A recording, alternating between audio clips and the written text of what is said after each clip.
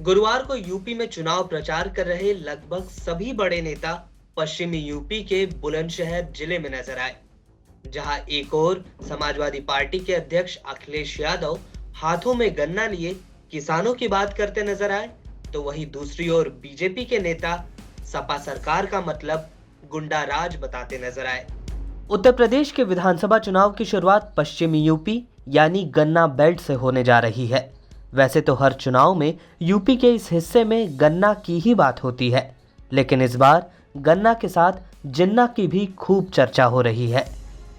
BJP की आक्रामक घेराबंदी की काट के लिए अब अखिलेश यादव ने भी अपने हाथों में गन्ना उठा लिया है। शामली में जब अखिलेश यादव ने जयंत चौधरी के साथ प्रचार किया तो दोनों नेता हाथ में गन्ना लिए दिखाई दिए। शामली के बाद आज दोनों नेता बुलंदशहर में गठबंधन का प्रचार करते नजर आए। दोनों नेताओं ने इसी सिलसिले में यहां प्रेस कॉन्फ्रेंस भी की। पत्रकारों से बात करते हुए अखिलेश यादव ने एक बार फिर कहा कि बीजेपी के पास विकास का कोई मॉडल नहीं है, वह सिर्फ समाजवादी पार्टी के मॉडल पर ही वाहवाही लूट रही है। सीएम योगी के 10 मार्च के बाद बुलडोजर चलाने के बयान पर अखिलेश यादव ने कहा कि इस बार बुल और बुलडोजर का उत्तर प्रदेश में कोई पता नहीं लगेगा। अखिलेश ने कहा कि सीएम योगी को बीजेपी ने पैदल कर दिया है, इसलिए वह ऐसे बयान दे रहे हैं। अखिलेश यादव से जब सीएम योगी के गर्मी निकालने वाले बयान पर सवाल किया गया तो उन्होंने कहा कि बीजेपी ने योगी को मनचाही सीट से टिकट न देकर उनके घर गोरखपुर भेज दिया है, इसलिए वह झेप गए हैं। एक मीडिया चैनल से बातचीत के दौरान जब आरएलडी प्रमुख जयंत चौधरी से योगी के बयान के बारे में पूछा गया तो उन्होंने कहा कि हम पहले से ही गर्म हैं। अखिलेश यादव ने बुलंदशहर में हाल में सामने आई कथित रूप से रेप और हत्या की घटना का जिक्र करते हुए कहा कि इस तरह की घटनाओं से पूरा उत्तर प्रदेश चिंतित है। अखिलेश ने कहा कि भाजपा बार बार कह रही है कि कानून व्यवस्था सबसे आगे है, लेकिन बुलंदशहर जिले में जो घटना हुई वो हाथरस कांड की याद दिला रही है। योगी सरकार के तीखे बयानों के खिलाफ अब समाजवादी पार्टी ने चुनाव आयोग का रुख किया है। सपा ने चुनाव आयोग से की अपनी शिकायत में यह कहा है कि मुख्यमंत्री योगी आदित्यनाथ अपने बयानों के जरिए चुनाव के दौरान माहौल खराब करना चाहते हैं।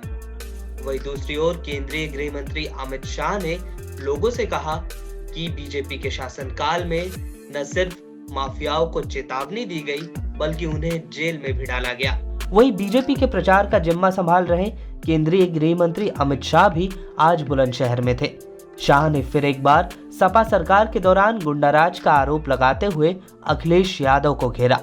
अमित शाह ने कहा कि यूपी में सपा सरकार बनते ही माफिया जेल से बाहर निकल आएंगे। मुझे बताओ डिवाइड वालों, आज कोई माफिया पश्चिमी उत्तर प्रदेश में दिखाई पड़ता है क्या?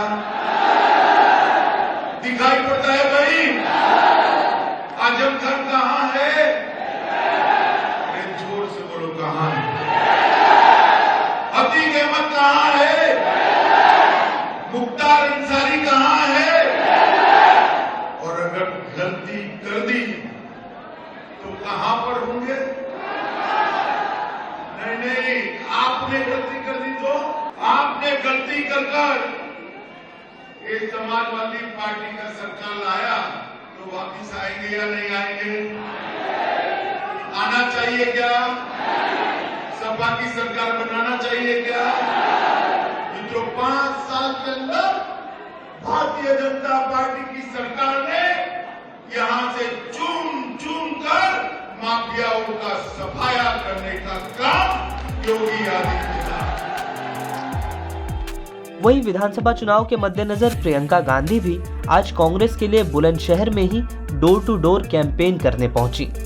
प्रियंका गांधी ने इस मौके पर कहा कि कांग्रेस यूपी में लड़ रही है, संघर्ष कर रही है। उसने जनता के सभी मुद्दे उठाए हैं। यूपी में किसी भी समस्या को लेकर कांग्रेस सबसे पहले लोगों की मदद के लिए सामने आई है। और जहाँ मैं लोगों से मिलती हूँ वही कहते हैं, मैं यहाँ आई हूँ, इधर भी कह रहे हैं करेंगे। और बहुत अच्छा लगा मुझे कि कह रही कि जो उम्मीदवार है अगर घर पे नहीं आएगा, वो हमसे मिलेगा नहीं, हमारा काम नहीं करेगा, तब हम वोट देंगे। हम वोट तभी देंगे जब वो काम करके दिखाएगा। तो बिल्कुल सही बात है। तो यही बात मैं रिफ्लेक्ट कर रही हूँ, जो जनता मुझे बता रही है बार बार, वो मैं बार बार पब्लिक में मैं वही चर्चा कर रही हूँ, इन्हीं मसलों का इन्हीं के आधार पर चुनाव लड़ना चाहिए। इस बात में कोई दो राय नहीं कि पश्चिमी यूपी से बीजेपी ने अपने चुनावी प्रचार की शुरुआत कानून व्यवस्था और दंगों को मुद्दा बनाकर की है। क्या ये दोनों मुद्दे बीजेपी को अपने वोट की भरपाई करने में मददगार साबित होंगे? यह तो नतीजों के साथ 10 मार्च को ही पता चलेगा। इस वीडियो में फिलहाल के लिए बस इतना ही। यूपी चुनाव और देश दुनिया की तमाम खबरों के लिए बने रहिए लोकमत हिंदी के साथ।